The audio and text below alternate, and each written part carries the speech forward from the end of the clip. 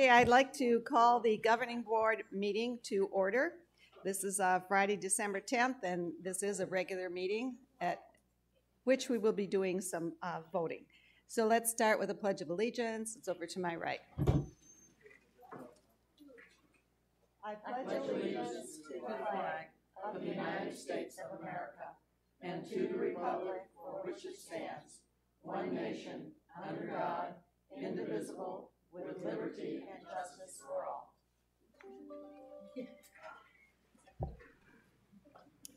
Okay, we do have a quorum with all of our governing board directors in person today. The first item of business is the approval of the minutes of November 18th at our last governing board meeting. So were there any corrections, changes, additions to those minutes as distributed? Okay, seeing none, then we will accept them as written. Under new business, we have a number of motions, and I just want to reiterate to the public that we are only having one regular meeting this month. We're not having a workshop and a regular meeting, but that does not preclude us from having discussion and talking about issues and then proceeding to a vote. Also, I wanted to clarify for the governing board and for the public as well that oftentimes we have issues that come from our committees, and sometimes the issues go through a number of committees if they relate to each of those committees' responsibilities. Other times they only go through one committee. And that's perfectly fine for us to have those options. So I wanted to clarify that for everybody. Okay, the first motion, Ann? Thank you, President Sue. Per recommendation of the Budget and Finance Committee, I move that the governing board approve the removal of the word reputable and insertion of the wording duly licensed at subsection 1.2.3 of policy C03/section 1.2, which is standing committees of the governing board / budget and finance committee as redlined. Do we have a second? Can you read? It is on the screen. Do we have a second? I'll second. Okay, thank you, Donna. Okay, discussion. Do we have any questions about this? You want to give us the rationale, Ann? The thinking was this pertains to the certified public accounting firm that conducts our annual financial audit. And for some reason, there was a member of the committee who didn't like the word reputable and said we should get duly licensed. And I believe if they're a CPA firm, they will be duly licensed. But it was just a semantics. Something from one of our members, so I'm bringing it forward. Okay. Committee voted on it. Okay, any comments or questions from the governing board? Any questions from the audience? Okay, are we ready for a vote? Okay. I'm going to make you have to read that again, Ann. I can do it if you want. Before we vote, yes, please. Per recommendation of the Budget and Finance Committee, I move that the governing board approve the removal of the word reputable and insertion of the word duly licensed at subsection 1.2.3 of policy C03/section 1.2, which is standing committees of the governing board / budget and finance committee as redlined. Okay, all those in favor, raise your hand. Okay, it's unanimous. The motion passes. Okay, on to our next item, which is Chartered Club RR&Ps, which I expect will take most of our time this morning. I'll turn to Donna for the motion. Thank you, Madam President. I move that the governing board approve revisions to the Charter Club's RR&Ps as indicated. Is there a second? I'll second. Second by Ann. Okay, now we can have some discussion, and I will turn that over to Donna to start. I'd like to first say that today's RR&P's final draft is the reorganized edited, reviewed, and re-reviewed document with numerous abbreviations, grammar, and syntax edits. Updates will be made to appropriate forms. Charter Club price list and 501c tax classifications are added to the appendix, and future updates should be annually. I'd like to begin with page 1 of the final document. On the preamble, in addition was added a Roman numeral 3, which indicates 501c IRS classifications. You can read the appendix and consult the CBA for classification guidance. Moving on to Chapter 1, which is definitions and responsibilities. The significant change there was a change to guest and visitor. We combined them, adding guest/visitor is any individual who is not a member of that club.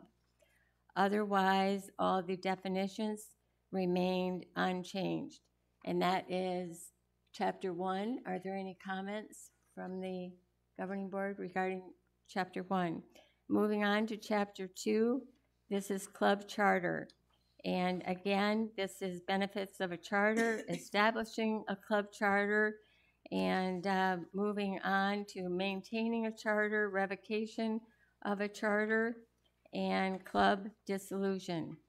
And again, there were no real content changes in that chapter. Any comments? Moving on to Chapter 3, which is membership, conditions, discipline. Moving on to guests. There were some changes in guests, and I'd like to read those. Specifically, this is on page 8 under guests. A, club guests using equipment and/or supplies or participating in club activities within the club are defined in club bylaws. And again, in B, guests may not be admitted to a club activity unaccompanied by a member except for special events requiring tickets and per club bylaws.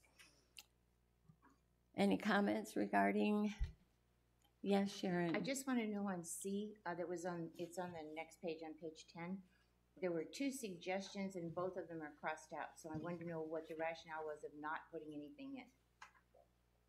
Since it came from both the clubs and it's on the top of page 10. Can I? Is that where you are? I thought that's No, where you I'm were. on Oh, page sorry. 8. I'm sorry. Okay, I'm. Thought you were already to 10. Okay, this was, again, any comments regarding what I just read on Sorry. guests?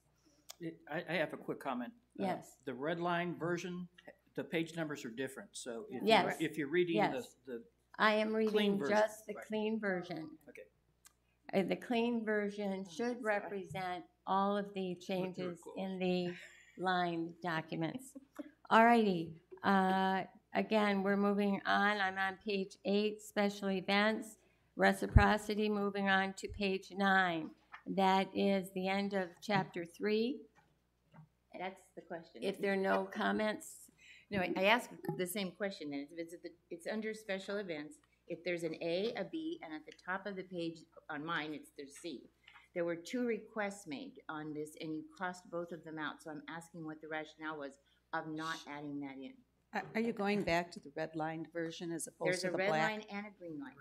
Okay, There's okay, 2. so but you're looking at page 10 of the, That's all I colored. have in my pocket. Yes. So I'm trying no, to you figure- have a black copy. Yes. Okay. So that's the confusion with the page number. Okay. Okay, so you want us to look back onto, I'm the sorry. red line. I am You're reading. right there, special events. Yeah. Section 4 of that, chapter 3 or whatever it is. Item C. There's an A and a B. That's what's in my packet, so that's why I didn't. There's a separate packet. on it. I just wanted to know why Okay. we took them both out. It's just above. yeah. Reciprocity. Sometimes they're located in a different part of the RR&Ps. So Donna, give her a minute and she Oh, can sure. answer that. Okay, C, if I'm looking at the red line version. Okay, and then there's a Right. green line underneath it as well. I just Yes. said both of them were removed, so I Right. wanted to know why we didn't put either one of them in. Okay, C was, originally there was discussion to have such a thing, to where special events may be allowed wherein the club sponsors, promotes, and runs the events, but the association collects and distributes all monies. That was discussion had regarding tax status. Right. And it was determined that that would not be allowed. Clubs that needed to have additional events or whatever, it would be determined at their expense as long as they remain tax compliant, IRS compliant. The association was not going to interfere with being able to allow clubs to have special events and still remain IRS tax compliant with bringing in those additional funds. Okay, so part of my question comes back to, and I'm not trying to belabor this, but if, for example, the Boomers have events, so they have parties and things like that, and we charge different items for it. So you're saying they're not doing that either? I mean, because this doesn't, I No, don't know. we are eliminating that, saying that the association is not gonna run your event. Okay, That's basically the bottom line. Association is not going to be running an event and collecting money for clubs. okay, thank you. And then, C, clubs may be responsible for room equipment.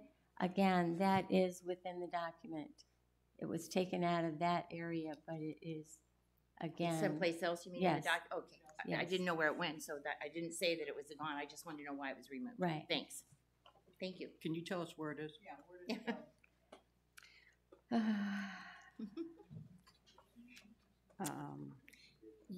Yeah. I It's on think the- it has to do with scheduling and reservations. Let's go, Michelle. Sorry. That's G? I can't look Okay. at the red line yet. All right, thank you. Okay, G is it, and then it also states, we crossed out excluding 2 free special events, club membership, and board meetings. So those are the ones that the club don't. Sorry, those are the ones the club doesn't pay for, that's correct? Yeah, that's on the fee schedule. Right. It's stated on the Right. top of that, so that doesn't need to be in here too. Okay, but the others, they do pay for, correct? Okay, and when we're talking about this, is this use of our equipment, the rec center's equipment, or is this, they have to provide their own equipment? Define equipment. Yeah, What kind of equipment are you talking about? Ice machines and Ice machines, sound Speakers, machines, sound. those things. sound Mhm. systems? Grills, projectors. So club has to provide those things, or the rec center providing that? As, Correct, in the fee sheet, okay, yes. in the club price sheet. So that we will are be- allowed, so the club is allowed to use our equipment. Sure. Well, we have our own sound system. The rec centers has their own sound system. So if we wanted to have an event and you wanted to use the sound system, rather than have them go out and go get one, in other words. So if I want to put an event on and I have to go out and pay for it versus using the one here, that's what I'm asking. We're allowed to do that. That's on the fee schedule. Because I didn't see it on the fee schedule for sound equipment as well. Maybe Lisa can Yeah. answer the question. Okay, There in, is- It's there. Is it there? Okay, thank you. Yeah, okay, yes, all I can say is, in your packet, you Right. see the club price sheet. Right. And it's so it's for spec- any of our equipment that we have available. There's a fee for, thank you. There may be a fee, There may be a fee. yes. May, okay. May, okay. Are we good with moving past special Yep, events? that's fine. I just Okay. needed an explanation. Okay. So we are now, if everybody is okay, we're Moving forward to Chapter 4. Thank you. 5. 4. Allocation of space. Oh, Yes, we are on Chapter 4, allocation the of rest space.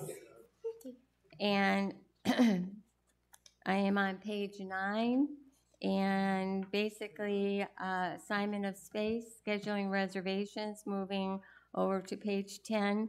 There was no real content change other than G, where it states, clubs may be responsible for certain supplies and or equipment provided by the association for confirmed reservations. See appendix for club price sheet. Again, this applies to the area that we just discussed. Yeah. Everybody I took that okay out. to move on to Chapter 5? Moving on to... Okay, moving on to Chapter... Wait, Karen has a question. I'm sorry. I just want to double check at G. You just read the second line, you're saying the Association for Confirmed Reservations. I show reservations as redlined out, deleted, and replaced with meetings/events. Is that correct?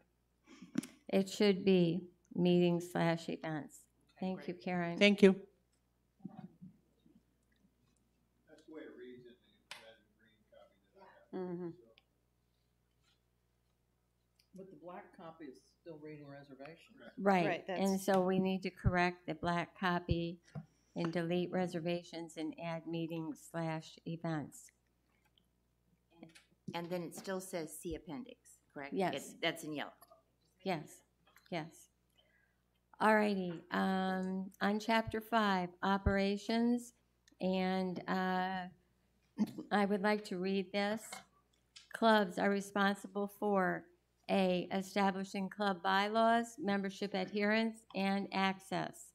And again, see Appendix CR 3, which is the sample club bylaws for establishing club bylaws.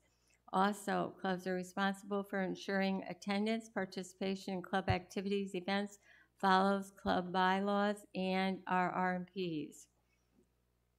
C, clubs are responsible for club member and non-member check-in and online submission of club roster template.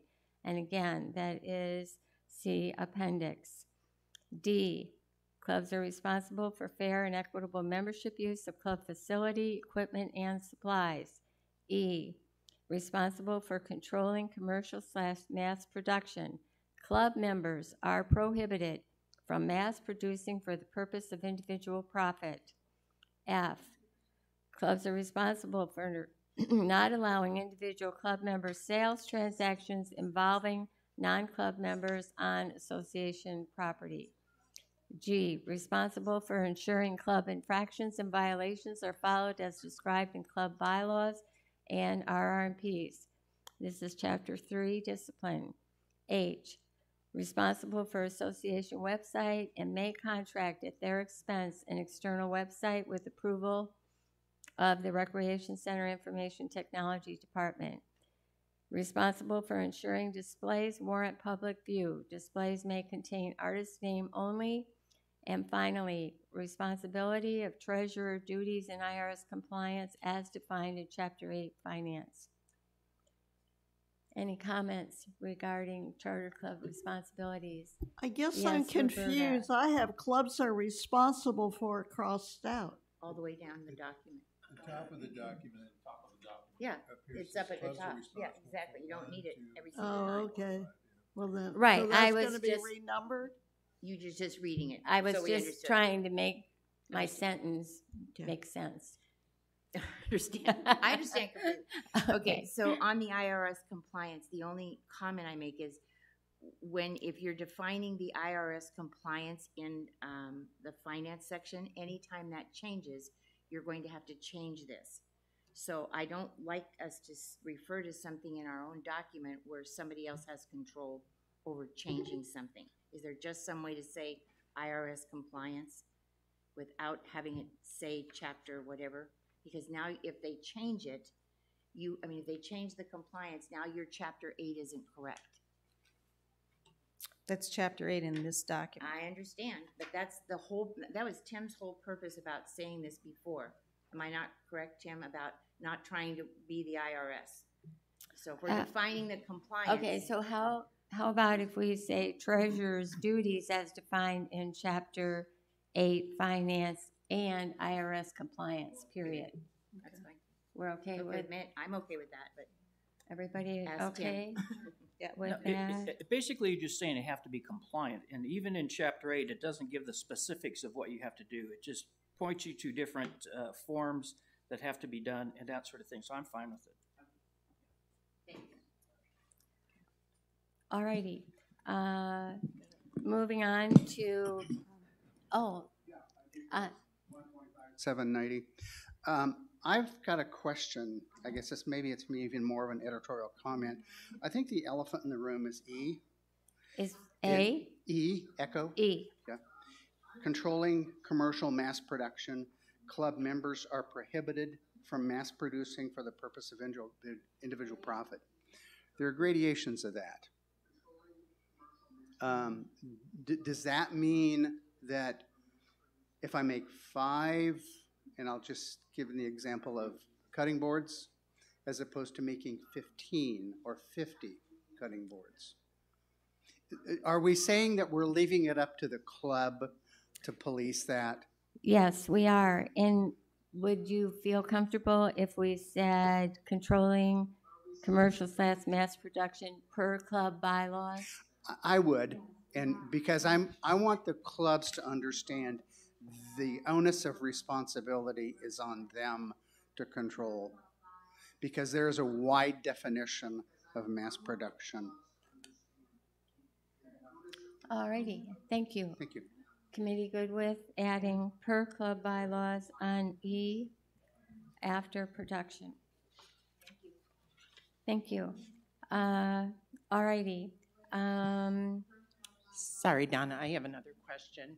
Yes, ma'am. I just want to be certain after the last conversation about the IRS compliance at J. Yes. We did not make changes, is that correct? No, we did. Yes, we did. We said treasurer's duties as defined in Chapter 8, Finance and IRS compliance, period. Thank you. Thanks. You're welcome.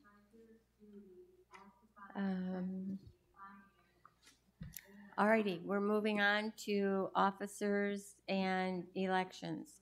And again, there was really no changes in the content there under officers and elections.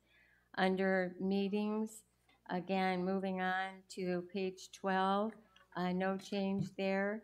Records, no change. Participation data, no change. Operating hours, no change. Publicity, basically, you need recreation activities manager for all advertising. So no change there. That's the end of Chapter 5. Everybody good with moving on to Chapter 6? All righty, we're moving on to Chapter 6, which is safety and health. Roman numeral 1, club monitoring. And I would like to read this. A, club bylaws should set forth club membership monitoring requirements and any membership privileges which may be denied for non-compliance. B, club members who monitor are given the responsibility and authority of supervising a facility, participants, and the use of equipment within that facility per club bylaws. C, to ensure everyone's safety, there must be a monitor and club member or at least 2 club members on site whenever any club is utilizing any recreation facility or facility must be closed. If a facility includes more than 1 room or the basic room is too large for 1 monitor to properly oversee, additional monitors must be provided. And D, chartered clubs are very different and titles and duties will vary per club. Any questions? Roberta? You went a little bit fast through publicity, and I had a question. Okay, we will go back to publicity. When they added the for club members and their company guests only, Where are we at under publicity? Publicity under B. B, okay. We were told at the time, the boomers, because we had over 2,000 brochures that didn't have this on, and we still have about 1,000, that we could continue to use them until they were up. And I just want to make sure that's understood, that we're not going to go out and print 2,000 more with the new items on them when we still have quite a bit left over. Casey? And I wanted that okay. I don't think I'm familiar. Was that back a year I ago or can't so? hear you. I'm sorry. All right. Was that a few years ago? Yeah, okay. I don't know the agreement on that then. Can you just explain it and then we can meet? Yeah, well, later? it's just I that don't if know. a club already has thousands of brochures that do not have this statement on them, do we have to throw them out and get? I don't know what's on those brochures. Is it to public or make your guys' club a little bit renowned or I'm sorry. Roberta, which brochure are you talking about? I can't hear. I'm Which sorry. brochure are you talking about, Roberta? Our brochure, the club brochures. We have about 1,000 left. And we were told at the time when they came out with this a couple years ago that we could use up our brochures and then any new ones we got printed. Well, we didn't have anything last year, so we still have about 1,000 brochures. I just want to know, do I have to throw them out or I have to print? Casey. Let's Yeah. meet with Yeah, Casey separately. we're so willing to work with you guys. So Okay. we'll meet on another occasion All right. since Okay. it's one specific Okay. club. Thanks, Casey. Can I also just make a comment that you can get a little sticker about this big and cover up whatever it is and reprint whatever's there. Yeah. Okay, Roberta? Roberta, are we okay to move forward then?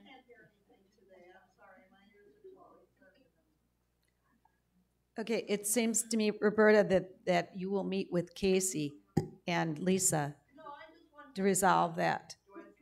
She needs to see it in order.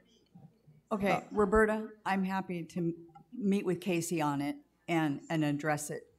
Okay, if that's acceptable, Casey and I will do that. Okay. Alrighty, we are back at Chapter 6 and under Club Monitoring. If there's no other comment, we'll move on. We move on to Safety, and that continues on page 14. No content change was made there. Under Accident Incident Injury Report, again, no changes. Alcohol, no changes. Smoking, gaming on page 15, no changes. So if everyone is okay, we move forward to Chapter 7. Everybody okay with Chapter 6? Alrighty. Chapter 7 is Classes, Contracts, Equipment, and Facilities. And under Instructional Classes and Lessons, that basically stayed the same. Moving on to page 16 under Contracts. I'd like to call your attention to B. I'd like to share that we used to have a Form CR8, or we currently have a CR8 and a CR8A. One contract is for club members or recreation card holders, and the other is for non-recreation card holders. Per conversation with attorney, we will be eliminating one of those forms and only having a Form CR8, and that will apply to whether you are a recreation card holder or not. And it will be Form CR8, Independent Contractors Agreement must be signed by the contractor and club president and forwarded to the Recreation Activities Manager. Services provided by other charter clubs are not subject to this provision, and Form CR8 is not required for food catering services. An officer of a club may not be contracted as a paid independent contractor to the club in which he or she belongs unless approved by the recreation activities manager. No, not was removed, that's green copy. Oh, sorry. I will,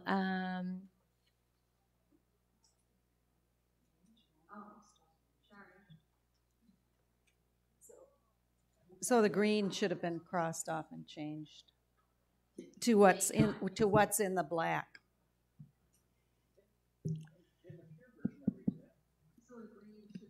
In the original one. The clean version, yes. It's written correctly in the clean version, but it should have had a line crossed through in the green.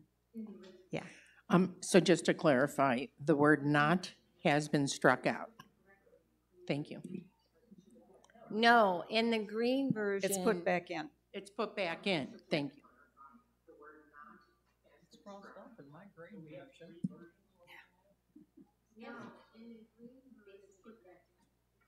So basically, an officer of a club may be contracted as a paid independent No. contractor.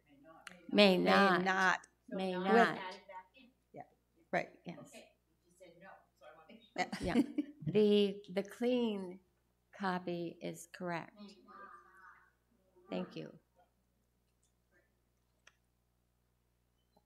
All righty. The rest of that category under contracts remain basically the same. Are there any other comments under contracts? Since we have straightened out that it is correct in the clean copy. Moving on to equipment and inventory. I would like to just read A. Ownership of all club purchased or acquired fixed and portable equipment with a unit cost of $300 or more is transferred to the association immediately following acquisition. Physical possession and control of the equipment remains with the club.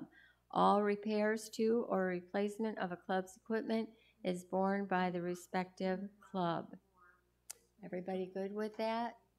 That stays the same. Moving on to page 17, under loaned and borrowed equipment, purchase of new equipment, trade-in equipment. Moving on to page 18, sale of equipment, and H, donation, memorialization, naming, and advertising guidelines.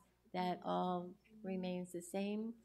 Yes, Sharon? Sorry, back on equipment and inventory, shouldn't that also say it's for the club's use and for the club's usage besides?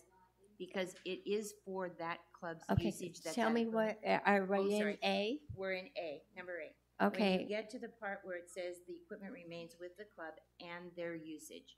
In other words, somebody else can't come in and say, I would like, this is looking forward down the road, okay? I'm use the equipment of another club, and you should not be able to do that. If the club has purchased it, it belongs to the club based for their usage. Yeah, it's never been an issue before, but it could be. okay, so you would like to add, And their usage, the club's Usage. usage. In other words, the club is responsible, the club has the use of that equipment, just the club, not somebody else. okay, and their usage. Okay,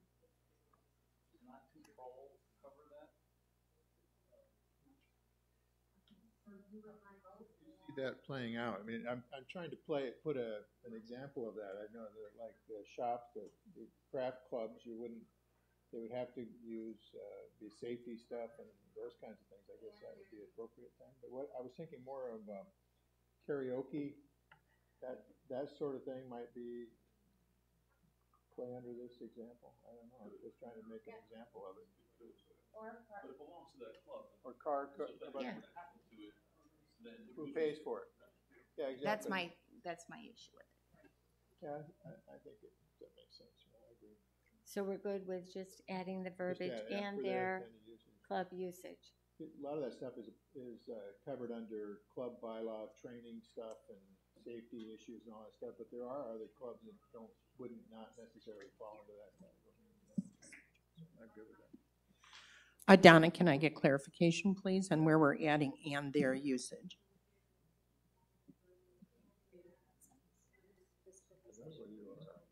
Physical possession and control of the equipment remains with the club and their club usage. Correct? Everybody good?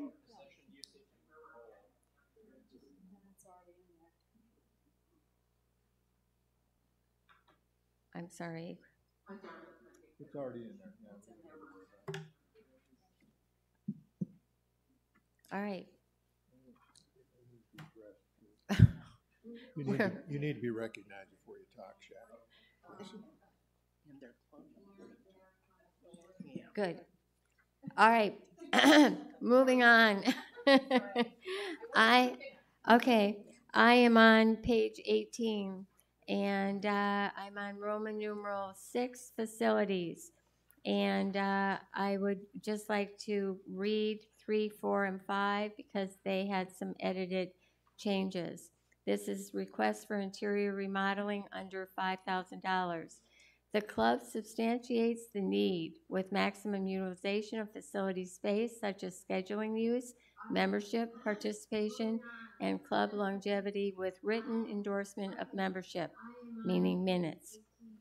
4, request is evaluated for program need, urgency, safety concerns, maintenance, repair, replacement of like kind, or as a new capital project that benefits the community. And 5, the general manager may request a financial contribution from a club for a capital project request. Upon agreement, the general manager will secure the contribution pledge prior to the start of the capital project. Any comments from the committee regarding that? Yes, Dick. Yeah, this Dick Rudd's 125,790. And maybe I'm just overly cautious here because the term pledge is like borrowing money from your dad. You know, that maybe you're going to pay it back, maybe you won't. So I would like to see something a little more explicit than pledge. You know, now I understand that what the intent here is money up front.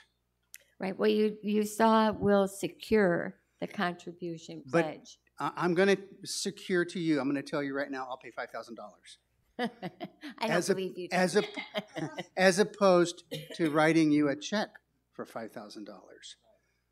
Because I think this has all the earmarkings. In 5 years, someone could interpret that. Okay, how about if we just eliminate pledge and say we'll secure the contribution? I'm good. Good. I like easy fixes. I'm good. Thank you. Thank you. Okay. Ann. Yes, Ann. She's our financial guru. I will tell you that Pete is discussing with our corporate attorney how this may need to be worded for budget and finance. And so we may look at something a little more explicit at our January meeting. And if so, that may come back to agree with this. But this will be fine for now, I think. All righty. So, Karen, you want... Yes. Okay. So it will say the general manager may request a financial contribution from a club for a capital project request.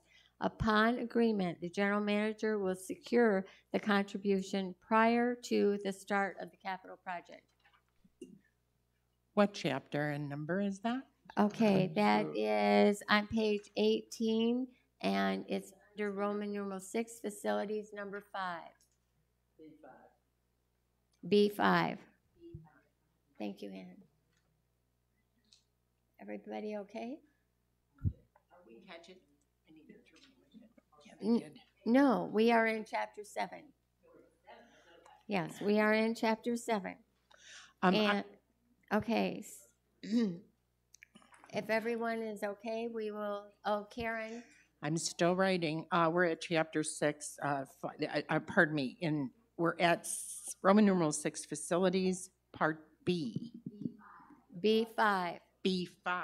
B5. Thank you. And can you just read that one more time, please? The last sentence what you're says, doing. upon agreement, the general manager will secure the contribution prior to the start of the capital project. Striking the word pledge. Correct. And Jack, Jack Leary, 128260. Should there be a definition of what a capital project is? There's in the thing? It's in the bylaws. Okay, thank you. all righty. Moving over into C, request for remodeling or expansion over $5,000. There was no change in that.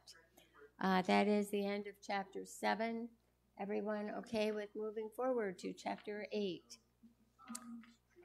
I'm getting so close. I'm getting nervous. Okay. Chapter 8, financial. And this is general information, and I would like to read this.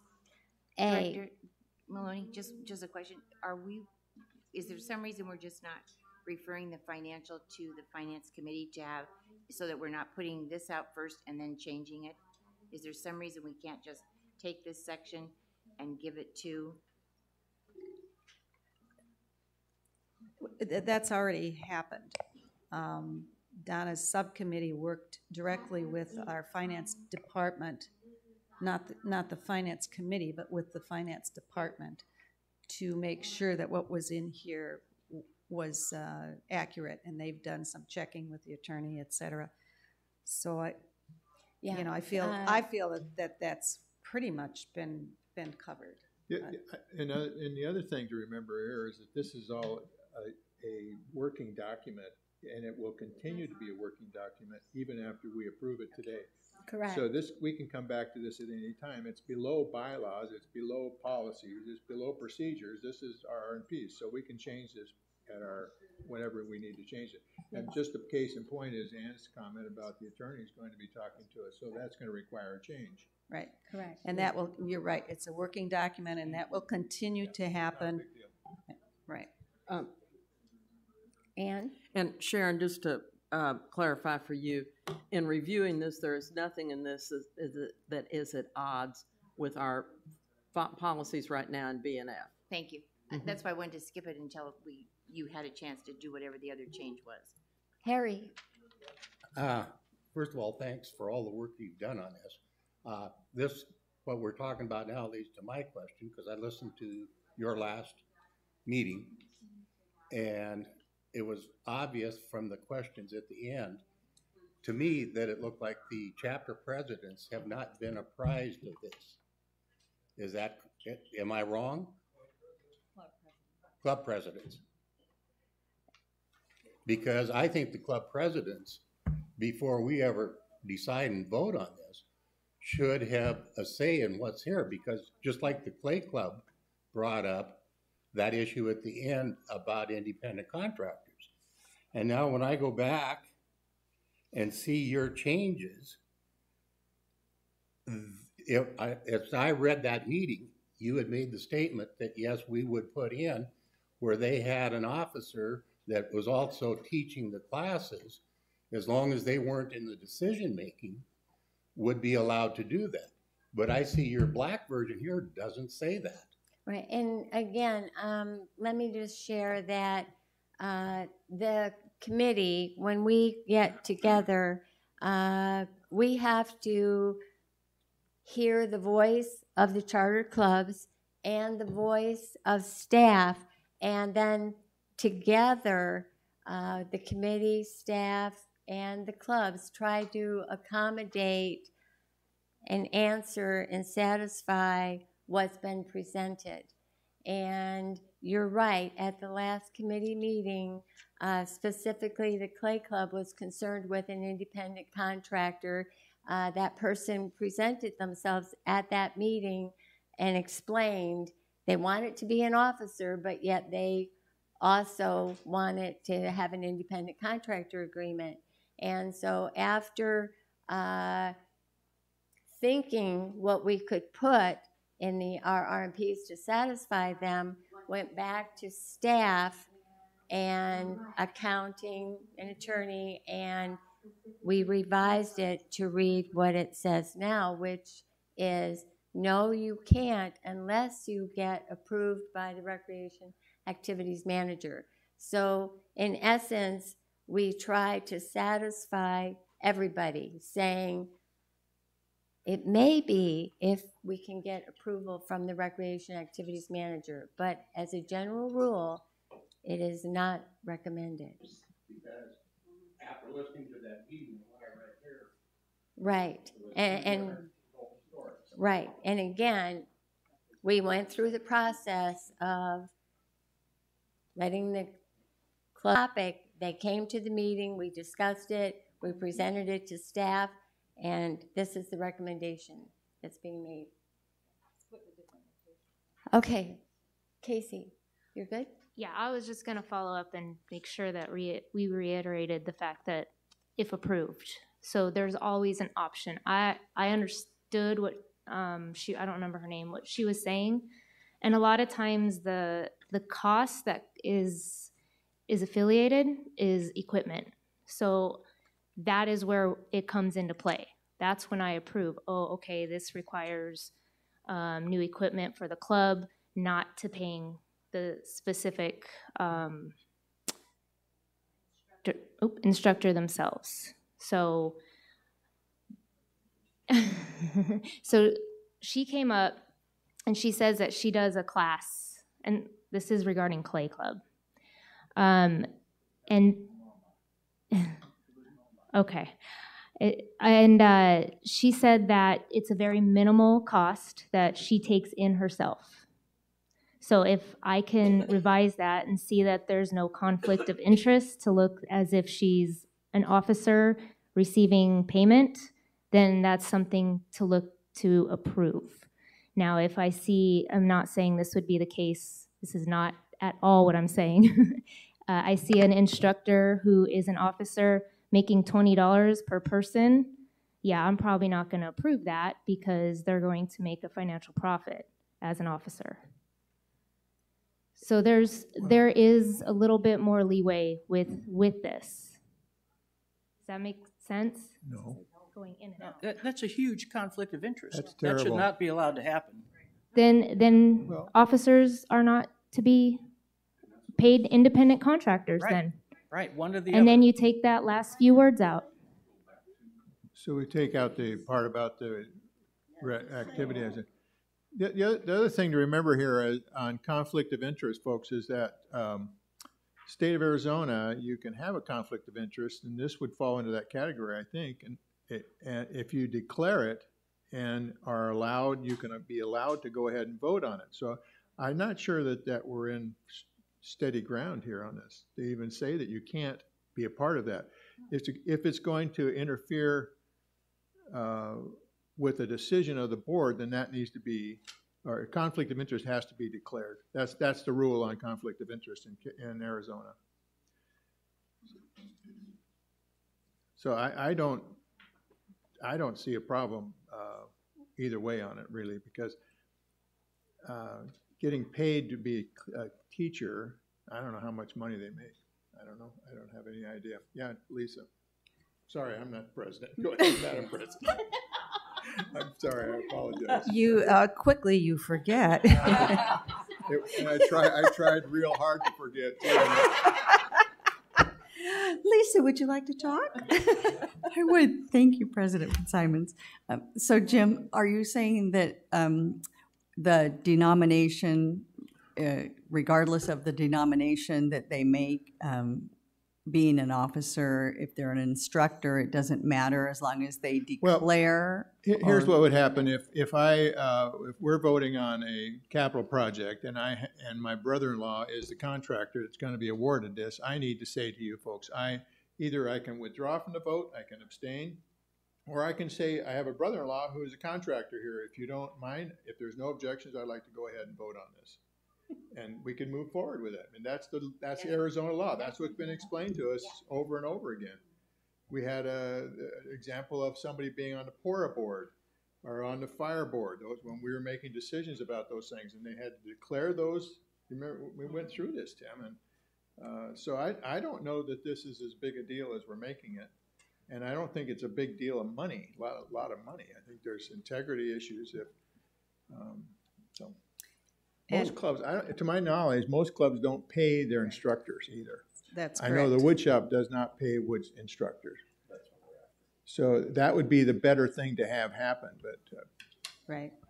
Lisa? Okay, so I don't know about all the craft clubs, don't but either. I do know about Clay Club, because I was in Clay Club, and so I do know they pay their instructors, and again, the denomination varies depending on what the type of class is, and the education of the instructor as well, matters.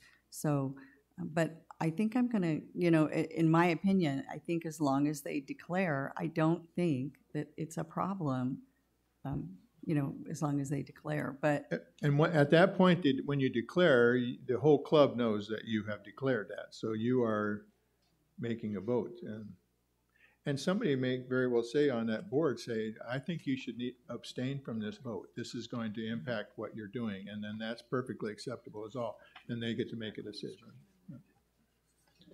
I'm okay with leaving it in there, actually. Yeah, I think, if we want to take a look what we're saying, we're providing that flexibility. We're saying an officer of a club may not be contracted as a paid independent contractor to the club in which he or she belongs unless approved by the recreation activities manager, which allows the flexibility to look into those situations that you're talking about. We're adding another whole step to the process, though, that is more. They still have to go through the independent contract that I have to sign off on. I mean, and I do truly go through those, because if as the event planner back in the day, if I see that, we'll just use Hi-Fi as an example. Boomers have used them, is overcharging you versus what they've charged me, I would make you guys go back and negotiate that. So I do go over things to make sure that it's in the best interest of the club. So every time Dory gives me a contract, I go right to those pages that tell me the cost. So question then, do you also go through the club and know who's an officer and who's not an officer? I will. She will do that now.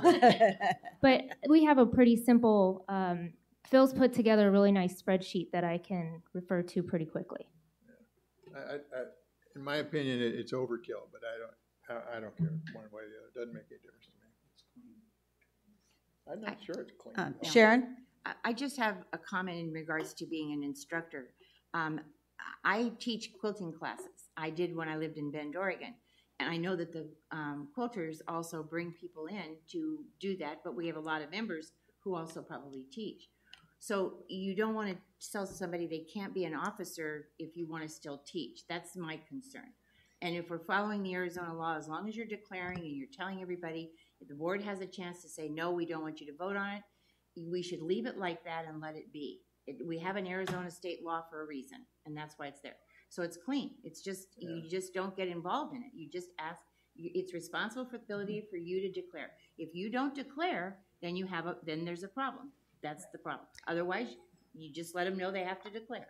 And this is only in relationship to being a contractor and being paid. As so an there officer. are, right. So there are most of our clubs that do not pay their instructors. So we're looking at an isolated number. My other concern here is that the clubs, we say earlier that they're individual, they're autonomous from the rec center, but when we want it to be, and now we're pulling it back to the rec center to make a decision on how we're doing business. And if you can't trust an elected group of board to make a decision at the local club, at the small club, then that's a problem. I think that we're not doing justice to our own people. That's my take on it. I would not vote for this. So what are you suggesting for change in what's written here specifically? Well, I think we need to just say that they can do it if they, or take the whole thing out of there. Why do we need to even address it? Or say that... Because it's something that people have wanted an answer to. Why don't we say if an officer is to be paid, they need to fill out the form and they need to declare at a board meeting that they're doing this or something along those lines. How about if we on B, we say Form CR 8 must be signed by the contractor and club president and forwarded and approved by the Recreation Activities Manager. Is that normal procedure, or are we changing something? That's currently what Casey's already doing, Yeah, because Casey she has to approves approve. those 8As and 8B and 8s, right? And it's instructors, anybody who's a paid independent contractor, not just bands. Okay, Harry?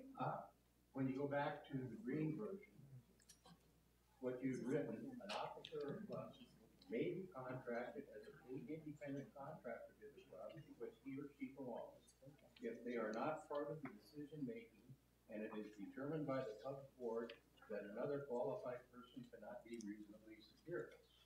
That takes the management out of that issue. It's back to a club issue.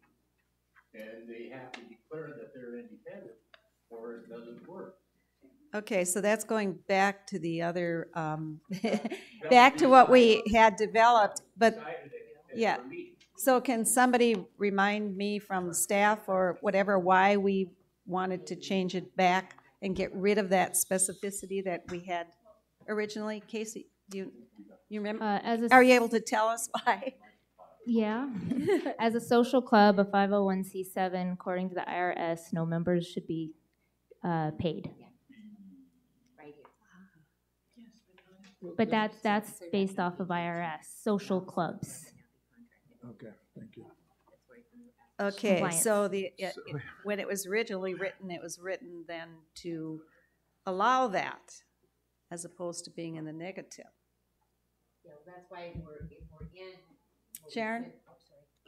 So sorry. If you go back to my page 18 in the red line, where you said an officer of a club may not be contracted as a paid independent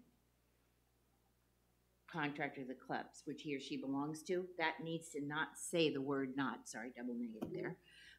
No, but that's what Casey's saying, that IRS category says you're not supposed to be paid. As a 7. Not as a social 7, club. right, as a 7, as a social club. And this is difficult because we have various 3s as well that we are trying to just be in general with, and so that's.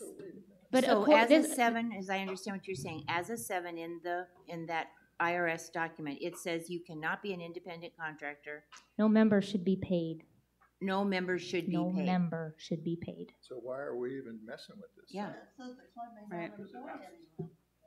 It's happening. Well, but it may happen, Bill, Jim? but if we write it in as this, we are condoning this behavior and violating IRS regulations, correct? Is that what we're saying? Well, we're saying it may not. Well, yes. Well, but we're saying, Casey's saying it's not just an officer, it's any member of a Right. club may not be contracted. Right. Right? Right. That's. But I think I'm out of town the day that's announced. Dick? Yeah, Dick Rhodes, 125,790. I think we're chasing our tails because I think that, to Lisa's point, when you have an instructor, and most clubs to have an instructor are very, very fortunate. There's a member that can teach that particular class. Then the second part of that is, I would say, they're fortunate that that person will also step forward to be a member of the board. Now, the original one that you went back to, that you changed, and now we're going back to, said that if you're not in the decision-making process, recuse yourself. And I agree with Jim that as long as you're not in the decision-making process, you fully disclose.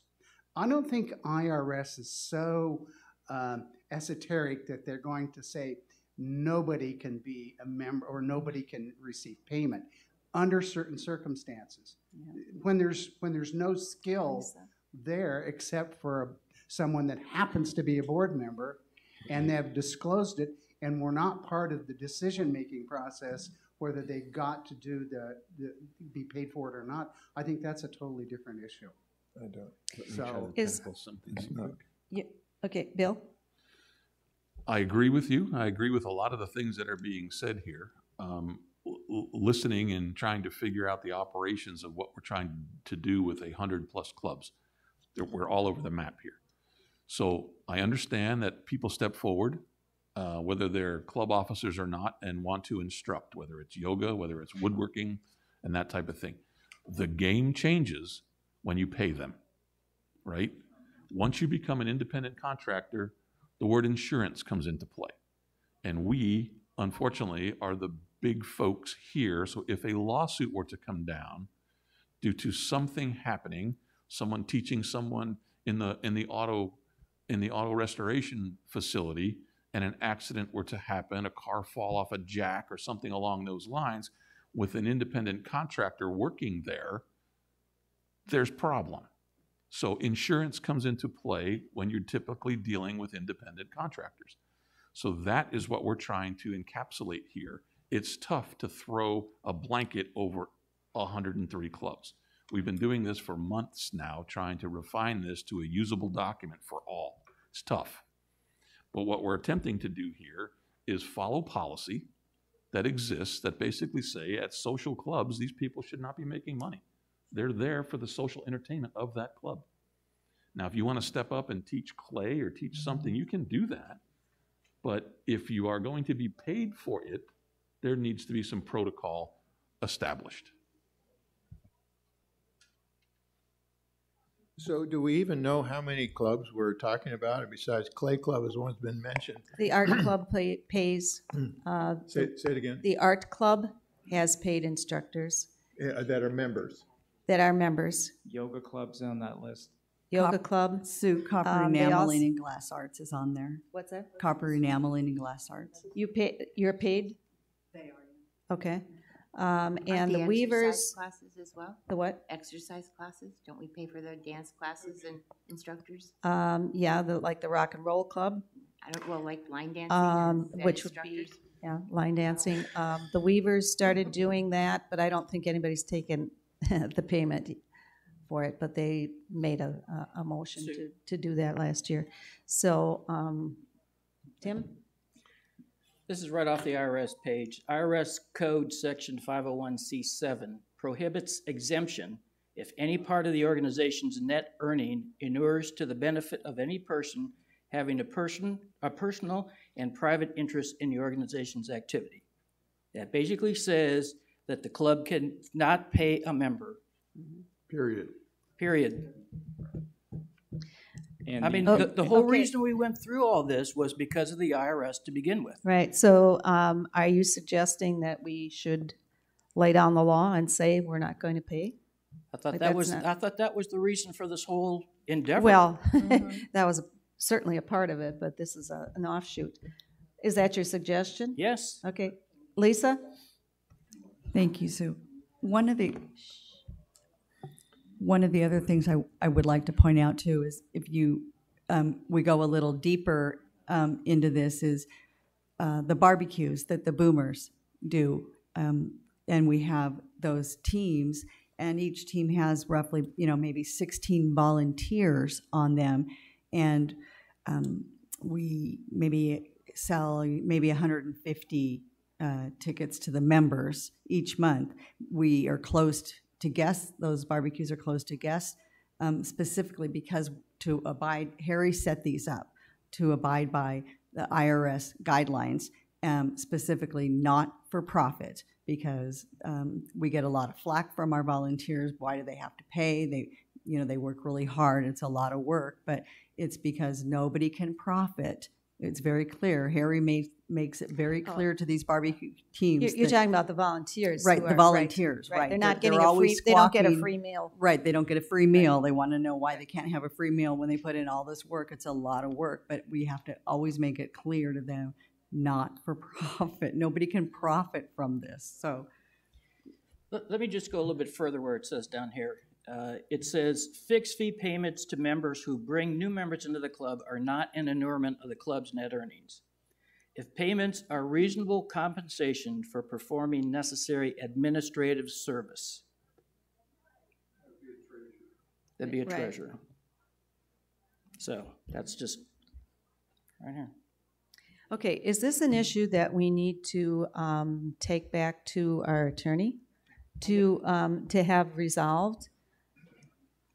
It sounds to me like we can just leave it in deleting unless approved by Recreation Activities Manager. Well, if we want to take the hard line. Oh, okay. Sharon? I hate to say this because I'm probably going to get killed, but if the rec centers hired the independent contractor, does that take it out? No. Could we ask the attorney if that would solve the problem? Bill, do you have an opinion on that? Yeah, I'm not the attorney, but we do employ independent contractors. We have tennis instructors. We have, just thinking off the top of my head, that's the first one that came to my mind. Weightlifting instructors, we have massage therapists, we have those types of things, right? They are contracted, they work with us via that, they are insured and those types of things. We used to have, before the passing of one of our employees, we had an Explore program where we did special interest classes. So those haven't picked up again, but those possibly could. So some of the training and some of the experience that certainly we could work on those kinds of educational scenarios, whether they're club members, owner members, associate members, tenants, it wouldn't matter, someone from outside the walls, right? If that's an interest level, we can certainly work with the clubs and program. That's what we do as far as recreational programming. So this, Jack Leary, 128-260, 2 comments. Jack? The contracts are not with the club, they're with the association already. Right. So I think that's already in place. And the other comment is that however this comes out, there's a rule in what Donna has read that says that all clubs must be IRS compliant. So we can't have something that's going to make us out of compliance. We'll be in violation of our own rules. Right. Jim? I agree with that, but I think that with the exception of the tennis club that you mentioned, the private instructor in tennis, none of those were clubs. So if I filled out the form, became an independent contractor teaching wood turning or something at the wood club, you paying me, I'm still a member of that club, I'm still receiving income, and your club's you're going to bill the club for that. So we're just playing a little bookkeeping game, it feels like to me. Sort of, kind of, but the contract would be with the association and not the club. But who pays the bill? I mean, it wouldn't take an auditor very long to figure out that the club's paying the rec center to pay me, who's a member. We're not taking money from the club. We would take money from individual people looking to take that class. But we said earlier here that you wouldn't be running our programs. Now you're going to. That was it's events. a slippery slope. That was events. I didn't read that. That was it. You wouldn't call a teaching an event. That's instruction. That class would not be an event. We would call it a recreation program. Come on. Okay, Lisa? Thank you, Sue. I think the question would be, are the people taking the classes paying the instructors directly, or is the club paying the instructors? Independent contractor. They pay through the club. So, Madam Chairman, if I may, Yes. I think this is a perfect example of something that needs to go back to the tax lawyer and ask think so, him too. to clarify this before we get too far in the Yeah, weeds I here. think so. I think we need to set this particular issue aside and get some advice and then come back and deal with this particular issue. And we've kind of talked it around and we don't have the expertise to answer things. Add one more thing to Yes, this, and Jim. I'll concede. I think that this issue of the contractor falls in the same category as mass production, though, is that the clubs are being asked to monitor stuff that we don't quite understand, and I think that the board needs to take a stand whether this is the right thing to do or not the right thing to do. And I agree with Tim. We need to get a tax attorney to tell us that this is the right thing to do. Mm-hmm. But the mass production is another thing in the same category. Unless the president of a club says we're going to enforce this, we've got a problem. And I don't think that's being enforced across the board on most clubs. So it seems to me that the board needs to take a stand and say, this has to stop, and we're going to help you define what this looks like, and this is going to stop. But that's what we're doing, Jim. Yeah, Well, I'm tying mass production into this, is what I'm saying, Tim. So there's more than just the. Well, they're two separate items, but okay. But the board is putting its fingerprints on the RR&Ps. I agree. Which is what the clubs are supposed to be living by. Correct. So we are taking a stand and saying, okay, this is it, no mass production.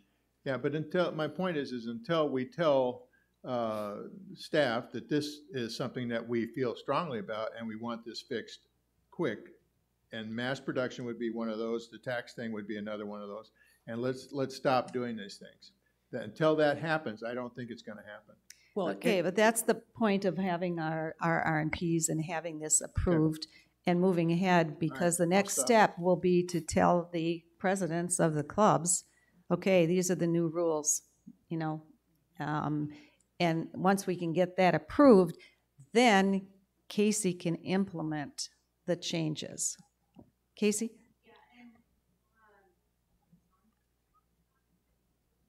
Hello? Oh, there it goes. Also, the bylaws are going to need a good updating on all of the clubs, and that's where we can go through to your statement, Harry. Have the presidents been involved? This is kind of where they're going to get their nose involved pretty heavily. I do foresee this being a very long process next year. If we can get this approved, please, so we can get everybody on track. So as far as the individual club bylaws, those will represent a little bit more of an independent per club based on how it's going to be held or handed, because this has to get approved before we can do anything. Right. Okay, so we're in agreement, though. We're going to set aside this issue till we get tax advice, this particular issue. Okay, Donna, go ahead with I just need some clarity as far as, okay, so on page 16 where we're talking about the form CR8, we are just going to delete 3 until we know what we're going to add there? Yes. Okay, so we will move forward. I'm sorry to butt in. So again, just so I understand as well, Donna, I think you just clarified, we're talking about Chapter 7, Roman numeral 2 contracts. Yes, B3. B3, and that we are just deleting 3 totally and not addressing that issue until we hear back from the attorney. Correct? Could I draw your attention to C under that? A club may not employ anyone, including a club member?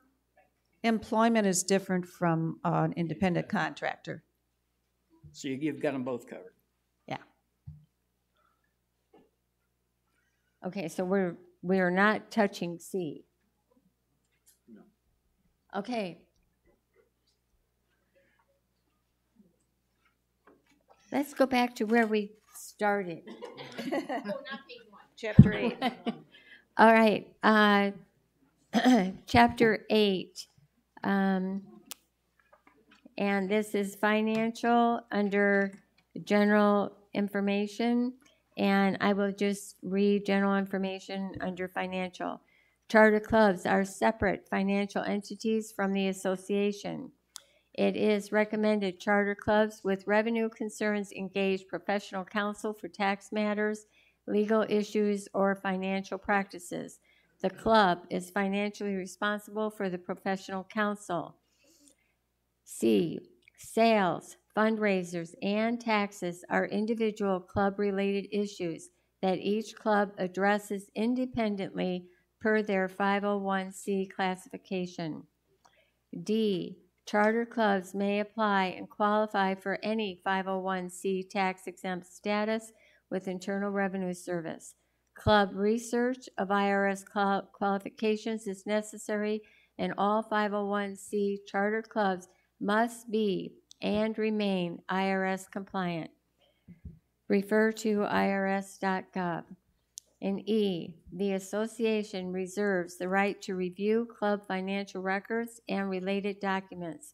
Refusal to cooperate jeopardizes the club's charter.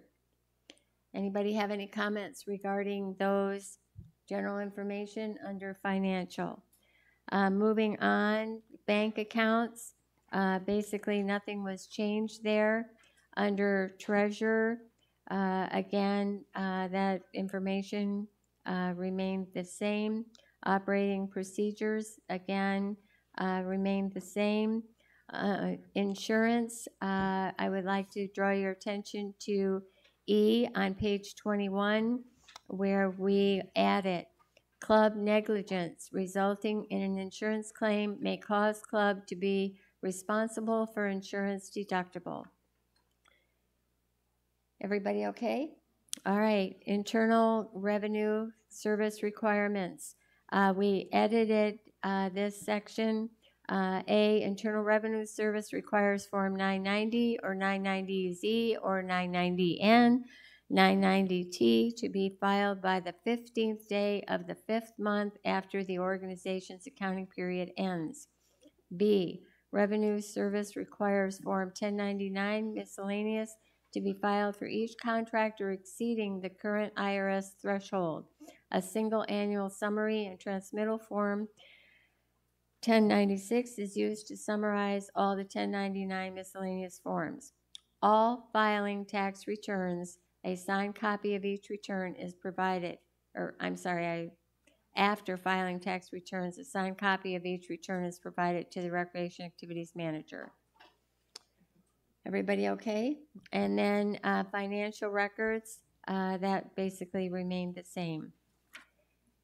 Those are the final draft RR&Ps that's being brought forward to the governing board here.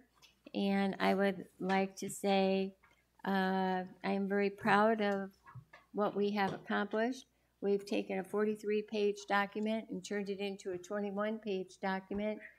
And we've made this, I believe, much more concise and user-friendly. Should I read the motion, Madam President? Can I interrupt? I'm so sorry. Yes. I need to go back to chapter 7, please, to part 3 called Equipment and Inventory. Yes, on page 16. Well, we're looking at different docs, so I won't use a page. I look at the red line version.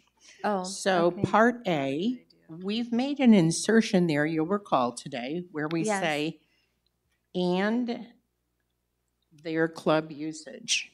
Yes. The parliamentarian and I were conferring about this.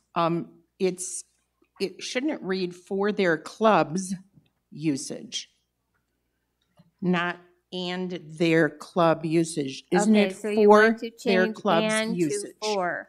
I want to change and to for FOR, their club's possessive usage, for their club's usage. Is that more sort of syntax correct? I need to have that clarified. Sure. Yes. Yeah. And there may be, just an aside, there may be other syntax issues and spellings and capitalizations and punctuation and all kinds of things that may occur and hopefully will occur in this document. But Right. what we've talked about is the... Right. But this the potentially mean- changes the meaning. Yes. That's that why I want to one, review that it. one you want to have corrected. Okay. Okay. Okay, so read the motion with the other.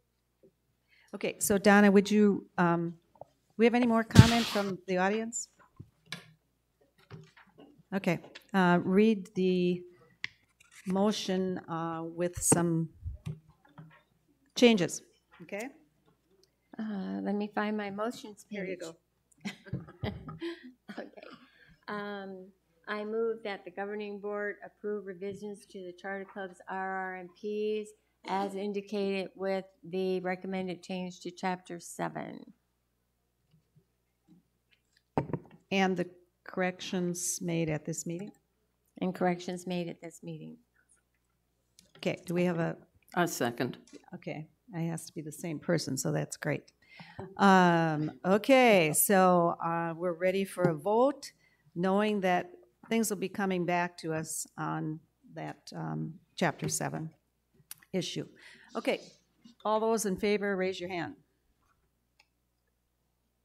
Okay, unanimous. Casey, you can start your work.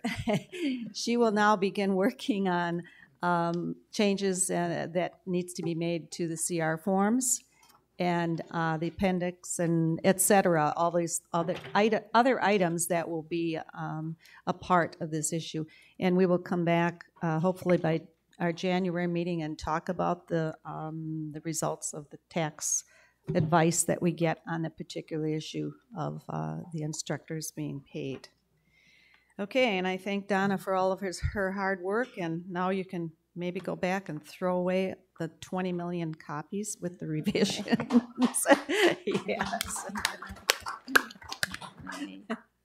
It's been a stressful time. Okay, let's go on to the next item, which is the Crooked Putter contract renewal. Harry, you have a motion from your group? Yes. Per recommendation of the Golf Committee, I move the governing board approve the Crooked Putter contract renewal for 3 years. Do we have a second? Wait. Okay, thank you, Tim. And okay, do you want to have a little background, or you want Well, to I'm do? going to turn it over to Bill. Yes. Because he's the one that's worked on the contract. And Perfect. done the negotiation. Okay. Thank you, Sue. Thank you, Harry. Just a brief update, excuse me, on the contract. Obviously, from a policy perspective, general manager has the ability to approve annual contracts, 1-year contracts, and this obviously is a 3-year deal, so it is before the governing board to do so. So we are following policy there. But the updates really that came to be, besides the 3-year deal, is within this window of the next 3 years over at Grandview. We will be closing the golf course down for several months during the irrigation construction, and that will affect the Crooked Putters' monthly attendance and their business. So negotiations with Mr. Smith basically allow him, if he chooses to remain open during the months that we are closed for golf course renovation, his rent is reduced by 50%, and he has the option then and therefore to also close if the customers are just not there for him. We're not requiring him to stay open. If he opts to close during the months that we are closed, his rent gets reduced to 0. And that was really the extension of the heart of this 3-year deal. And I just wanted to get that in front of you all. And Golf Committee, as Harry said, approved it, and here we are today. Questions from the board? Go ahead, Ann. Ann? First. I just have one question. Is there a reason why we don't include any inflationary factor in there? We believe we do. But. Yeah, that's negotiable on the annual basis with the consumer-based index. Sharon? I had a question regarding the liquor licenses. I get asked a lot of questions, and I really don't have a real good understanding. I understood that they had our beer and wine license at one time and now have a liquor license.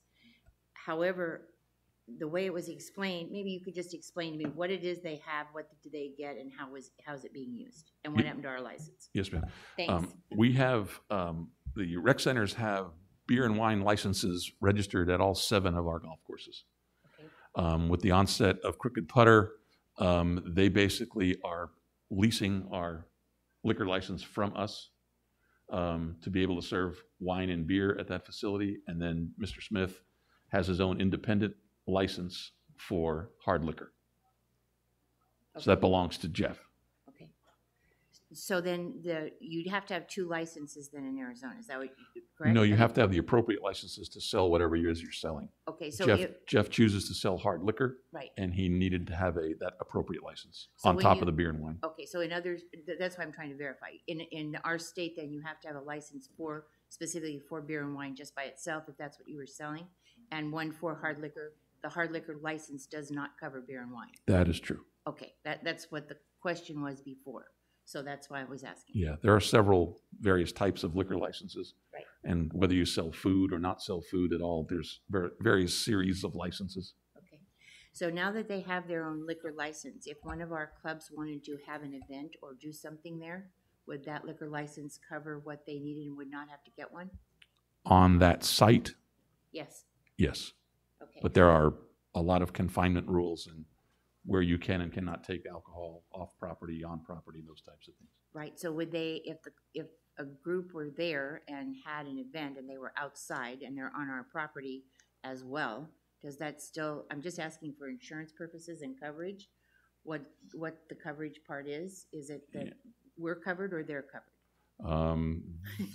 Kind of both, but I think depending on what type of event you're really talking about, I mean, that would be really between the insurance company, the state liquor licensing, who's ever doing the programming, as well as Mr. Smith. Okay. The caveat being that they purchased the alcohol from the Crooked Putter. Yeah, you couldn't bring anything in. Right, and bringing something in might actually violate the Crooked Putter's license. More than might. Yes, it Yeah. does. More than mine. Yes. So, Yeah. and Tim, to that Trying to point be- then, if you had a tent, I mean, if you're boomers and you wanna have an event there and you have a tent, that was my basically question is, does the Crooked Putter's liquor license cover that if the tent is on our property? That's kind of why I'm asking the question. I think it really depends on where, the proximity to the Crooked Putter. Yeah. Thank you. Okay, any other questions? Harry? One of the other discussions that we had too was the aspect of a 3-year contract. Because if we do annual contracts, then the owner thinks, well, how long am I going to be here? What's going on? So with a longer contract, hopefully he will do and maintain the property better and take a little better care and do the service that is required. So that's one of the things with the 3-year contract. Which is what requires it to come to the board because our general manager doesn't have the authority to do that without the board approval. So that's why we're at this vote. Okay, any other comments, audience? Okay, ready for the vote? Will you read the proposal or the motion again, please, Harry? For recommendation of the Golf Committee, I move that the governing board approve the Crooked Putter contract renewal for 3 years. Okay.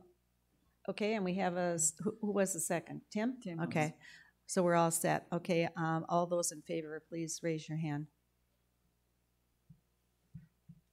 You too? Okay, it's unanimous.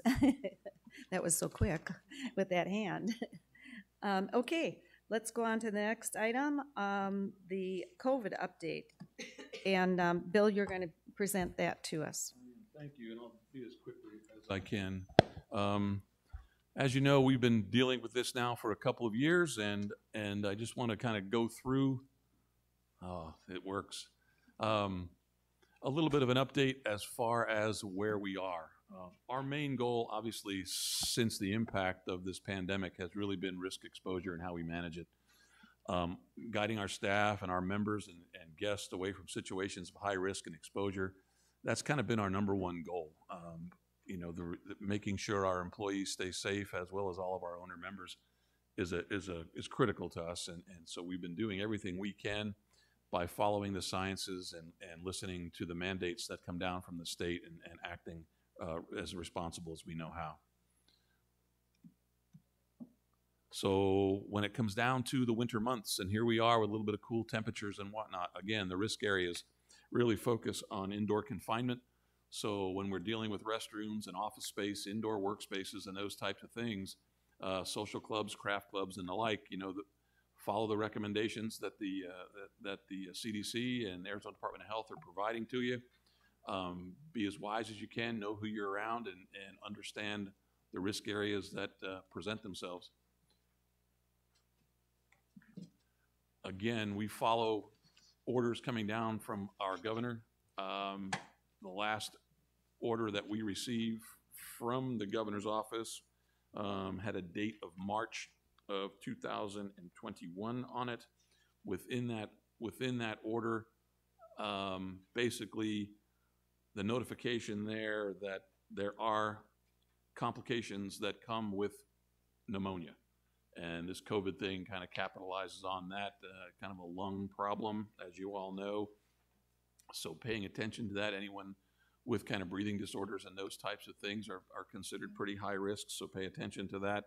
And then obviously the vaccine situation is what it is. Now that they're available with boosters, has gone a long way to help curb this. This is a kind of a little bit of a history since 2020 when this thing kind of started. We saw a big peak early, things leveled out. We see a couple of series of surges, and we're kind of in one currently. And speaking with the representatives at Banner and our local health areas, as well as Arizona Department of Health, they're kind of envisioning this new surge kind of rising through the Christmas holiday and maybe kind of starting to descend the first or second week of January. So again, pay attention to that. Maricopa County's numbers through 2020, going back, total deaths, number of cases, that type of thing. Just a kind of a little chart talks about the numbers and the percentage of probability. Much higher if you are not vaccinated, and that's what the hospitals are seeing currently with the vast amount of hospitalization through COVID right now, kind of with the unvaccinated. Katie, I can't get this slide to advance. Thank you. So as numbers elevate, really the key here is the number of hospital beds. Things are getting a little bit crowded from what I'm told on the local front, be it Boswell and Del Webb. About half the hospital is full of people you would normally expect to see in a hospital with various types of accidents, injuries, surgeries, and those types of things. The other half are pretty much COVID related, and a very high percentage of those non-vaccinated. So younger folks are seeing it. The 20 to 44-year-olds are obviously getting infected with it, but not so much to the dark end.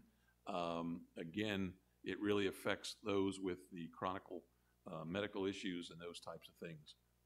So a few weeks ago, maybe to about a month ago, the president kind of came down with some potential deadlines that were supposed to take place when it comes to protection and mandatory things like vaccines and masks and those types of things coming down from the top. That has been in the 6th District Court, and I personally believe that's where it's going to stay. But we have been given the responsibility to come up with an operational plan based on the guidelines that have been proposed. So we are kind of sitting game ready for that. But again, not knowing when or if this thing is ever going to get out of the court system. So again, just wanting to kind of reiterate, when it comes to the CDC following the science, these are really the test points, and we just want to make sure that we kind of keep these out in front of folks. We do it with our employees. We have a pretty good COVID committee that kind of stays active on a weekly or bi-weekly basis as things change, peak, and the feedback that we get from the local health officials. But anyway, try to keep 6 feet away if possible, especially during the winter season. Be careful when you're indoors, get vaccinated. And the good news on this side is, the vast majority of folks 65 and over are vaccinated. A high 90%, I think, are there. So doing things in the right direction, and I think hopefully we can get this thing going that way as well. And as far as our operational protocol goes, we've implemented things a couple of years ago. We were talking about 1 golfer per cart, and that was all pre-vaccine. We had taped off a bunch of exercise equipment in our fitness centers. We were operating like at a 25% level. We had caution tape on just about every other piece of machinery in there. We had reduced office hours, and clubs were actually closed during one part of the time early on.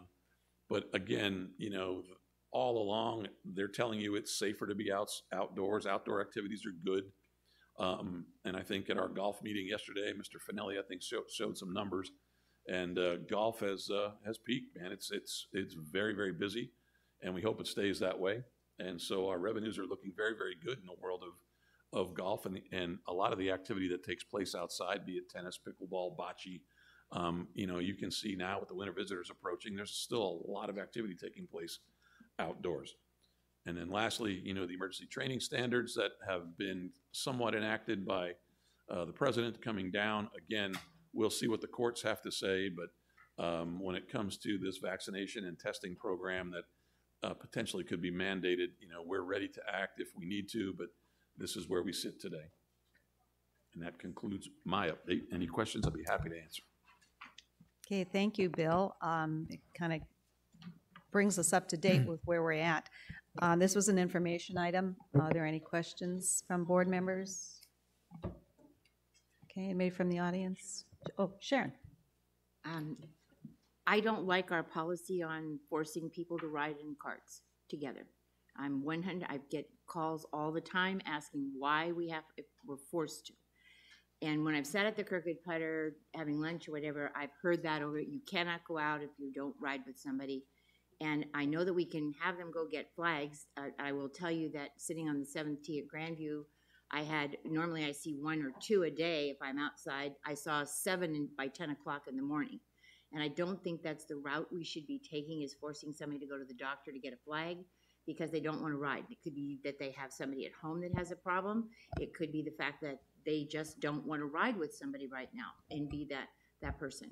And we have had cases where people have gotten sick. So why are we taking that stance? Well, I mean, if Tim and Harry feel free to chime in. We had this discussion yesterday at our golf committee meeting. You know, when it comes to operational protocol, there are safety measures out there for individuals to observe. If you are considered one of high risk, prepare, and the choice is yours. A lot of people that participate in the game of golf are local. They have their own carts. They play typically with a group of their own friends in social circles. They know one another. They have a comfort factor around them, and so they're not overly, if they're vaccinated, if they have booster shots, you're playing outdoors. I think you're being as safe as what the CDC is telling you that you possibly can be. But then on the other side of the coin as well is that we have, I think, some of the more precious golf courses in the West Valley that you'll ever want to see. And in speaking with the golf professionals, right, when we're getting 45 to 50,000 rounds of golf being played at each of our facilities, we are dealing with a large compaction and compression of turf issue that is a very huge challenge for our short-staffed maintenance team to make sure that these golf courses remain as nice and playable as they are.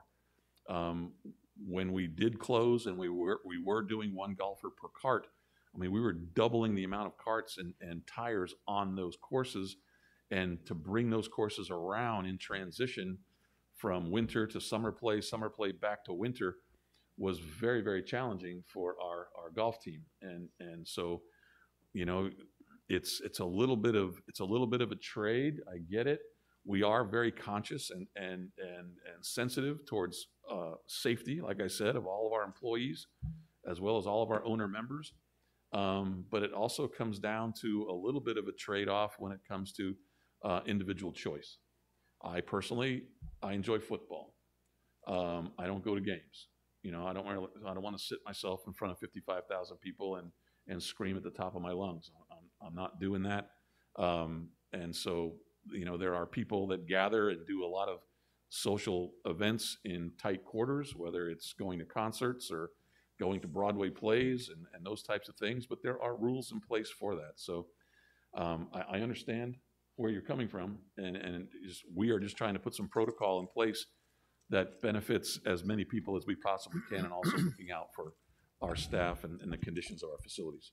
I don't know, Tim, Harry, if you want to join in on any of that. Do you have any comments from the committee or from yourself? But yeah, you know, when this first all broke 2 years ago, nobody really knew what the disease was. Nobody knew how to handle it, and we took appropriate measures to try to keep ourselves as safe as possible. We're well into it now. 98% of people over 65 in Maricopa County have been vaccinated. Several people that I know have already gotten their boosters, and one guy I know has already gotten his 3rd shot. So I think it comes down to just a personal decision whether you're comfortable enough. And if you're not, maybe you should be staying home. If you're that compromised, maybe you should be staying home. when we were doing the one rider per cart, you could see the damage that it was doing to the golf course. I mean, as Bill just said, you had 4 carts out there going around on the turf, compacting it instead of having 2 carts there. So I think that the plan to have 2 carts is I didn't vote for it. I mentioned it at the golf meeting yesterday, and I think it's entirely appropriate now. So, Harry? I think the basic thing that came out of the meeting yesterday is that everybody felt it was a personal decision. And if you made the decision that you didn't want to be in the position, well then don't go out and play. You know, if you play with a group and you're okay with that group, then you know, but you still want to wear a mask, nobody's going to say anything about you wearing a mask. But if you feel that you're not comfortable and not safe, well, you always have that decision to stay at home. You don't have to go. Just like you don't have to go to the grocery stores anymore because they deliver the food to you. Okay, any other questions, comments? Jim? I was just going to say, Big Brother can't fix everything here. Rec Center can't fix all of our maladies. It just can't happen that way. We've got to be responsible for ourselves. Right. Same thing in our clubs. I mean, it's not just golf, it's everything. Okay, let's move on to the next topic. We have a master plan group that's going on, and we have representative directors who are working with Bill and his staff on that whole process. So I think, Jim, you were going to make comment and just give us some information. Just to bring everybody up to date, the general manager is charged with doing a 5-year plan every year and have it continually working on. So this year it's a master plan, which is a little different, and it's expanded into including surveys of, we hired a company doing research for outside input data into what decisions are being made. We're at the process right now of designing a questionnaire that will go out to residents. It will also to answer questions such as what would you think would be missing, what could be added, those kinds of things. So that's in process now. It's almost ready to go out. It'll be advertised on all of our media stuff, and also will go out to all of the emails addresses that are on record, including those that are voting records, is what we were told the other day. The other thing is that we'll be forming soon is focus groups, and EPIC will come in and do a third party, so there will be no staff or no board members involved in this. Particularly, it'll be residents that have interest in in speaking into this process of where we should be going. And again, we're planning out 5 years, 10 years, whatever we can plan out. Could be, we don't really know what it's all going to look like.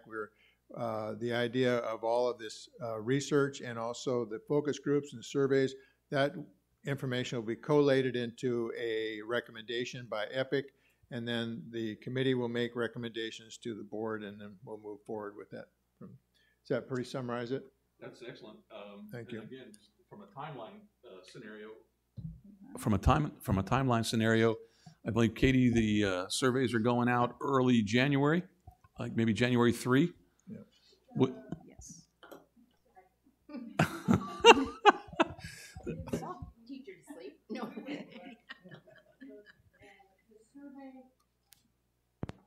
survey will be January Rec Center News, and then it'll open officially January 3rd. So even though you'll see the announcement about it, you won't be able to start filling it out until January 3rd. So just be aware of that. It'll say it's not open yet. So January 3rd, then it closes on January 19th. We don't want to leave it open too long. We want to capture it before the snowbirds leave. And then for those that don't have computer access, you can pick up a hard copy either at the front office admin or at the library.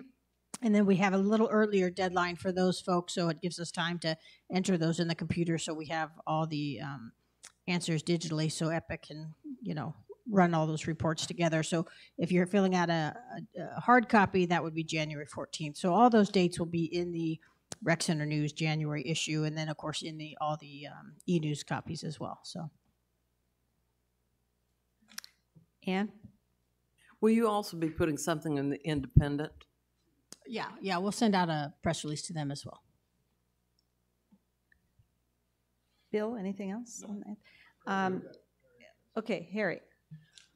Just as a sidelight, this morning I read in the Independent that Grand is going through the same process, and one of the things at Grand is they're looking at changing to take the Sun City off.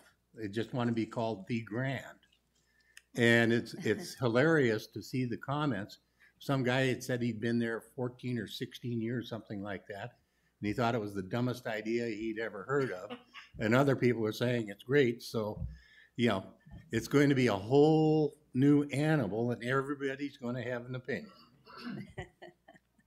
Okay, I do have one question. I know that Epic Strategies, who's managing this process, had one of the requests we had was to have information on the studies that are already out there in terms of identifying what the younger generation coming into our community might want. And I know Katie has done a lot of work with that as well for the torch classes. So I'm wondering, what is the status, Bill, of the information that we wanted them to consolidate from the studies? They are in the process, as we were informed on we have kind of a Zoom meeting with them every Wednesday.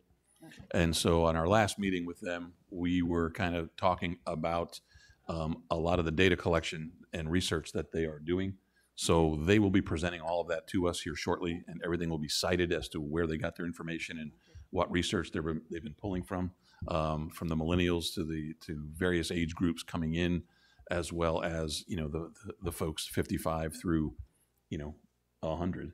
So as far as their specifics, I don't know that today, but we will be given all of that, and that will be in the appendix of the master plan as well, all of their research. But that'll be coming. The subcommittee, I know, will now be joining us on our Wednesday meetings once this survey gets kind of finalized and out, and then we'll be kind of doing those every week until we get to the conclusion, I think, which is March 11th at the governing board workshop, I think, was when the presentation will be presented. So we're shifting into a little bit of a higher gear at the moment, but right now they're all in the research and the data collection stage with the survey and the upcoming focus groups. Okay, thank you. Other questions, comments? Okay, thank you very much for the update.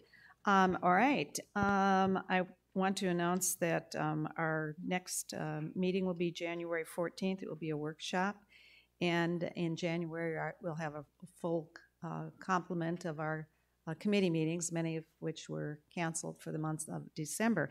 But they will be in full swing, and we will be back at the lecture hall because it's looking very, very nice. Okay, now let's do some comments from directors. Roberta, she wants to be first. Okay. First of all, this chartered club's price sheet, is that effective now? I believe it's the beginning of January. It's in January? Yes. Yeah. I have an issue with a couple items on it. Okay. I've been a member of the Boomers Club since 2010. Right after that, we got our space with the Women's Club, and we got to stay open till 8 o'clock. And then a few years later, it got to be 8:30, finally 9. And when I was president, we finally got it up to 10 o'clock. So all of a sudden, we're going backwards again, that if we want to stay open till 10, which we only did it for a couple times a year, we're now having to pay $100. And it used to be, if we stayed up past 10 because we had an event with the theater and their production went on, and we would have our little wine and cheese party where we invited the cast and Boomer members who attended that performance, And sometimes the play went over and we were over past the 10 o'clock, we were charged $50. So I'd like to know why we have doubled it. I also, since we don't pay our staff that much, where's all this extra money going to be used? I mean, we're paying them, what, $12.50 an hour? That's an awful lot for one person or even two people to stay open for $100. I'm sorry, I just think that's too much. Okay. You want to respond, Casey? Or? Best I can. So the $100 an hour, I worked with scheduling, both ladies, along with Jack and David, and they both confirmed that $100 an hour is what it's always been. And this is from past history, so I was going off of what our staff has always done.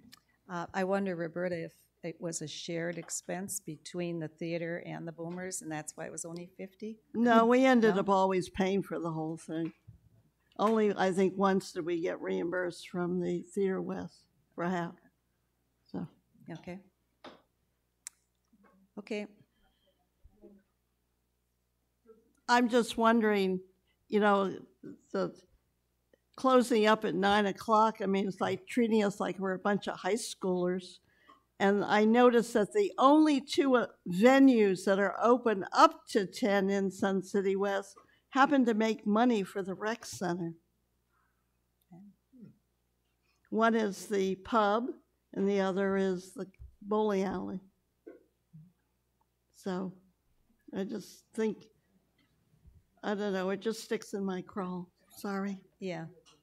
Part of the Boomer problem is that they only have access to the facility in the evening. They don't have an 8-hour day. So then when you shorten the evening, it gets shorter. But maybe the Boomers could work something out with Casey and see what we can. I won't promise anything, but maybe there could be a conversation with that if we're only talking. Especially a lot of our members still work, and they can't come to an event till it starts after 6:30 or 7 o'clock. And maybe if we're only talking a couple of events, it might not be so big an issue.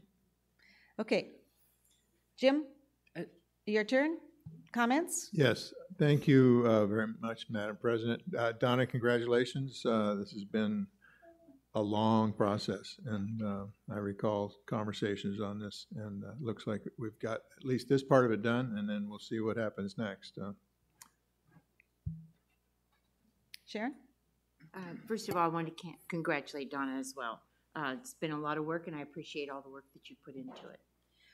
Also, I thought the holiday, I just want to make a comment about the holiday party was really great. It was really nice to be able to meet a lot of the people that actually work for us, sit at the table and chat with them. The employee breakfast? The employee breakfast, it was really well received, and it was great talking to the people that work for us. So I thought that was really great. I just had one comment that I just want the general public to know about and we had this comment about that Sun City was splitting in half kind of thing because of the redistricting. Redistricting is happening. It is in your independent. Redistricting is simply your voting districts, so that you know that you should be involved in is there are only 7 more meetings of this independent group that is doing the redistricting.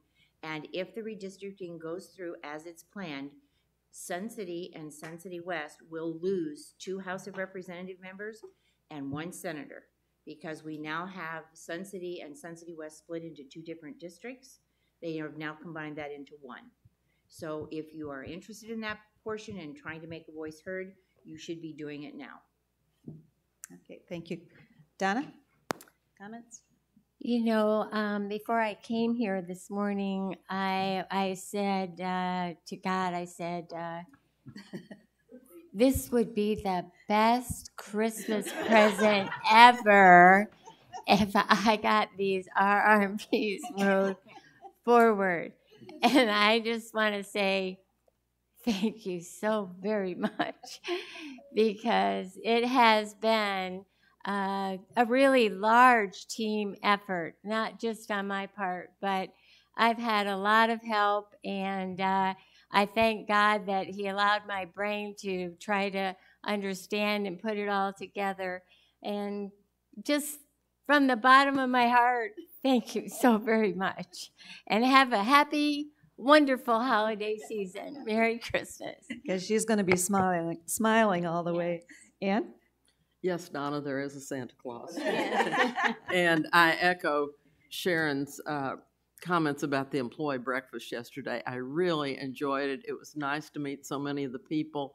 It was fun to see the awards being given out and talk to some of those people who received them, and the staff who participated, and all the cooks and everything. You did a bang-up job. Tim? Yeah, I just want to follow up on something Roberta said. Are all these charges, are these new? I mean, I've not rented space, so I don't know if this is. Those charges have been there for a long time, but they've never been published, to my knowledge. And they were kind of a secret. You knew after the event what you were paying. Now you have a heads up. Well, you have something to choose from, because before that, a president, just, well, I don't know. You mean there are 25 different locations I could rent? They never knew that. But Casey has made an effort to reduce the amounts significantly for chartered clubs. That's one of the advantages for being a chartered club. You're not going to be paying as much money as you would if you're somebody from outside. So the charges have been greatly reduced. Okay, since they were already out, I don't have any problem with it, but I thought it would not. They've never been published. They've been charged. But they've been charged, yes. Right. I was going to say if they were new, it's more appropriate they start July 1. Well, I think the clubs would rather have them start now, seeing as that they're significantly reduced, and they are a part of the RR&Ps. So they're not a standalone. One further comment. Thank you, Donna. And let's hope we don't see it again very soon. Casey, did you want to say something in between here? Can I, based on July 1, our scheduling staff has to enter this in. So that's why it's important for us. They've already put in all of your CR6s for this coming year, and we would like to implement it based off of the schedule that they've put in place. So I think it's beneficial to the clubs, and it'll make a lot more sense so they know what's coming or what's not coming. Sorry. Okay. Lisa? So Merry Christmas, Donna. And I, too, would like to say that I thoroughly enjoyed the employee breakfast, the holiday breakfast. That was really nice, getting to know a lot of the employees. And you guys did a great job putting it together. Casey, I'm assuming that your group and... It was HR and the events department. Oh, group effort? Was it group effort? Well done to everybody. So thank you. I thought it was really great. Harry? Well, I think I was the only bah humbug committee chair, because I'm the only one that had a committee meeting in December. Yeah, that's the way I like it. But I just want to wish everybody a Merry Christmas and a Happy New Year. Okay, Bill, any comments? I will just reiterate what Harry said. Thank you for the one committee this month. And really happy holidays to all. You really thought Properties was going to meet in this small room? No way. Yeah. Oh, Lisa. And I'm sorry, one last thing. This past Wednesday, we did have live music at Lizard Acres, and I wanted to say, and it was really, really good. We had about 60 people there, and it was the comments out there all over social media are wonderful, very well received, and we will continue on. We're going to stop for the holidays, but we'll start back up, I think January 5th or something, and continue on with the live music, trivia, and karaoke. So, okay, great. Thank you. Sharon? I just had a question. Do you quit at 9? Does Lizard Acres stop at 9?